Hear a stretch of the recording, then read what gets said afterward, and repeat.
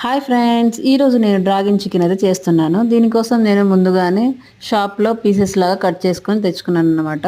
వీటిని మనం చికెన్ పకోడీ చేస్తాం కదా, అలాగా డీప్ ఫ్రై అయితే చేసుకోవాలి.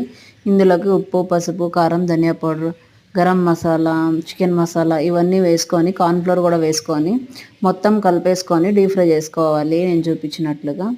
నెక్స్ట్ దీనికోసం ఒక ప్యాన్ తీసుకొని అందులో నూనె వేసుకొని వెల్లుల్లిపాయ ముక్కలు వేసుకొని ఫ్రై చేసుకోవాలి.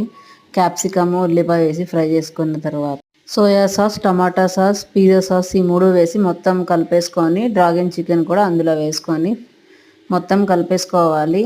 పైనుంచి కొద్దిగా చాట్ మసాలా వేసాను. కొత్తిమీర కూడా వేసుకొని ఫైనల్గా నువ్వులు కూడా వేసుకొని మొత్తం కలిపేసుకొని ఇంకా దింపేయాలి. మన డ్రాగన్ చికెన్ అయితే రెడీ అయిపోయింది. వేడి వేడిగా చాలా టేస్టీగా ఉంది. మీరు కూడా ఒకసారి ట్రై చేయండి. లైక్ చేయండి. Bye friends.